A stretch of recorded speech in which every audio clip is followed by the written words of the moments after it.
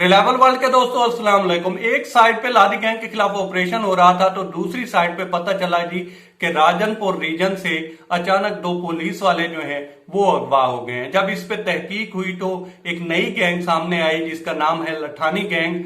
ये जो दो पुलिस वाले थे उन्होंने अगवा किए थे। आज हम इसी पे बात करेंगे कि ये लठानी गैंग बनी कैसे, इनके मुतालबात क्या थे, इन्होंने पुलिस वालों को क्यों अगवा किया और फिर हम एंड पे देखेंगे कि इनके खिलाफ पुलिस ने कौन सा ट्रिक खेला जिससे इनको छोड़ना पड़ा उन दो पुलिस वालों को। लेकिन उससे पहले दोस्तों आप लोगों से रिक्वेस्ट है कि अगर आप इंटरनेशनल मामलात में दिलचस्पी रखते हैं, वो इंडिया और पाकिस्तान के मामलात हों, अमेरिका और तालिबान के मामलात हों या इंडिया और चाइना के मामलात हों, या आप हिस्ट्री में दिलचस्पी रखते हैं तो आप हमारे चैनल को सब्सक्राइब कर सकते हैं, क्योंकि हम कोशिश करते हैं यहाँ पे प्रॉपर इंफॉर्मेशन देने की।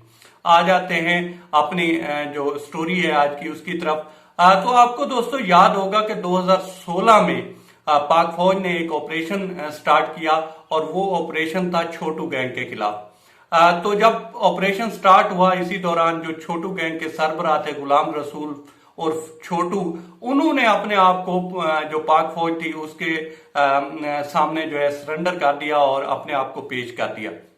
इस दौरान फिर मुकदमा चलते रहे। अब जब लादी गैंग के खिलाफ ऑपरेशन स्टार्ट हुआ है तो अचानक पता चला है जी कि दो पुलिस वाले जो है राजनपुर रीजन से घर जाते हुए अगवा हो गए हैं। फिर इस पे तहकीकात शुरू हुई तो फिर एक नई गैंग सामने आई, लठानी गैंग। अब इसका जो ताल्लुक है वो छोटू गैंग से ही है। जब इनके खिलाफ ऑपरेशन हुआ था 2016 में तो फिर ये टूट फूट का शिकार हुई, इसके आगे गिरोह बने और ये इसी तरह की वारदातें करते थे, अगवा बरए तामान ले लें या राजनी, तो इस तरह के इनके मामलात थे। तो इसी में एक ये गैंग बनी लठानी गैंग।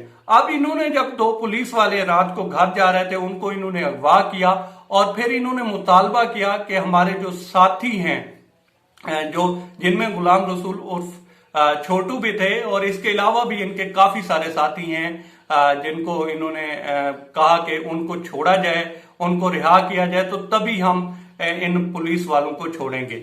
अब इनके जो साथी हैं उनमें से कुछ ऐसे भी हैं जो 18 मरतबा सजाए मौत का हुक्म सुन चुके हैं, जो अदालतें हैं वो वर्डिक्ट दे चुकी हैं उनके खिलाफ। तो वो तो छोड़ने से रहे, पुलिस तो छोड़ने से रही। अब इनके जब मुज़ाकरात हुए तो उसमें वहां के जो सरदार थे उनको भी शामिल किया गया, लेकिन उसमें कुछ खातिर खा जो कामयाबी है वो मिल नहीं रही थी। अब दूसरी साइड पे जो था वो लादी गैंग के खिलाफ ऑपरेशन चल रहा था और उसमें भी कोई खास आप कह लें सिग्निफिकेंट किस्म की कोई जो कामयाबी थी वो नहीं मिल रही थी। तो उस ऑपरेशन को रोका गया। अब इधर सोशल मीडिया पे या इधर जो खबरें चल रही हैं कि आज ये हो गया आज वो हो गया, तो इस तरह का कोई सीन नहीं है। लादी गैंग के खिलाफ फिलहाल जो है ऑपरेशन रुका हुआ है और कहा यह जा रहा है कि इनके खिलाफ अभी फैसला कौन ऑपरेशन होगा। अच्छा जी, वहां से फिर वो जो फोर्स थी और बख्तरबंद गाड़ियां थी उन सबको लगाया गया इनके खिलाफ और एक साइड पे जो है वो ऑपरेशन स्टार्ट किया गया और दूसरी साइड पे जो है मुज़ाकरात भी जो है शुरू किए गए। तो इस तरह से दोनों साइड से जब प्रेशर बढ़ा और जब इनको लगा कि अब मामलात जो है अब वो काफी ट्रिकी हो गए हैं और हो सकता है कि हम जो पुलिस की एक्सेस है उसमें आ जाए और हम पकड़े ही ना जाएं, तो जब मुज़ाकरात हुए वहां के जो सरदार हैं उनको भी इनमें शामिल किया गया। एक्चुअली दोस्तों वहां का एक कबायली सिस्टम है और वहां पे कबाइल की लड़ाई होती है और मोस्टली जब ये कबाइल की लड़ाई होती है इसी तरह से लादी गैंग भी बनी है, इसी तरह से ये लोग भी बने हैं। क्योंकि जो हमारा जस्टिस का सिस्टम है वो इतना आला है नहीं, लोगों को जब इंसाफ नहीं मिलता तो फिर इस तरह के काम होते हैं। लेकिन मैं इसको इंडोर्स नहीं करता कि इस तरह के काम करने चाहिए, कानून को कभी भी जो है हाथ में नहीं लेना चाहिए, लेकिन मोस्टली केसेस अगर आप देखें तो इसी तरह के होते हैं। तो जब उनको कबायली सरदारों को भी इसमें शामिल किया गया और दूसरी साइड पे जो है ऑपरेशन भी किया गया, स्टार्ट किया गया, तो फिर इन्होंने उन दो जो मगवी थे उनको छोड़ दिया, दोनों पुलिस वालों को। और ये तकरीबन इनके पास ये दो पुलिस वाले जो थे 7 दिन इन्होंने जो है अपने पास रखे हैं।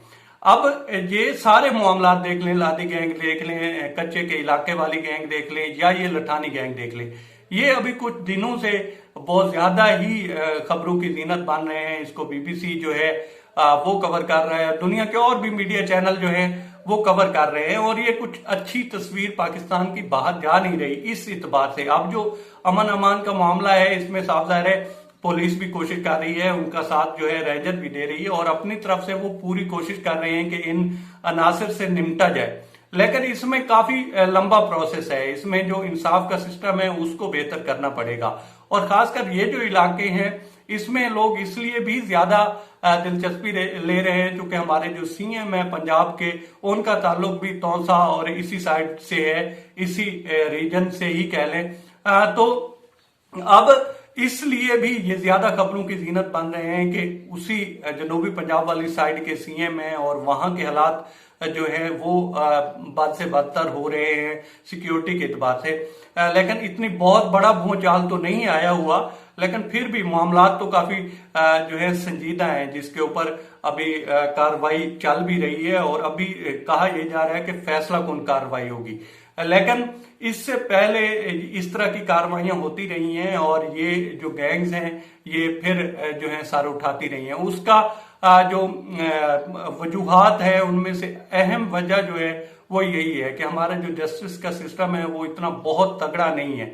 अभी इस पे वर्किंग हो रही है, इस पे काम चल रहा है, और कोशिश की जा रही है कि इसको बेहतर बनाया जाए, और ये मामला तभी रुकेंगे, एक तो हमारा जो तालीम का सिस्टम है उसको बेहतर करना होगा, और इस तरह के जो बैकवर्ड इलाके हैं वहां पे जब तक जो है तालीम नहीं पहुंचेगी और जो एजुकेशन का सिस्टम है वो बेहतर नहीं होगा, और वालिदैन इसमें दिलचस्पी नहीं लेंगे, तो इसी तरह से जो बाद में स्टोरियां सामने आती हैं कि 6ठी या 7वीं क्लास के जो बच्चा है उसने बंदूक उठा ली, तो ये कुछ अच्छे मामला फिर रहते नहीं है इस तरह के जो बच्चे हैं वो थोड़े से बड़े हों तो जो कलम या किताब उठानी है उसकी बजाय वो बंदूक या राइफल उठा लें, तो ये कुछ अच्छी बात है नहीं।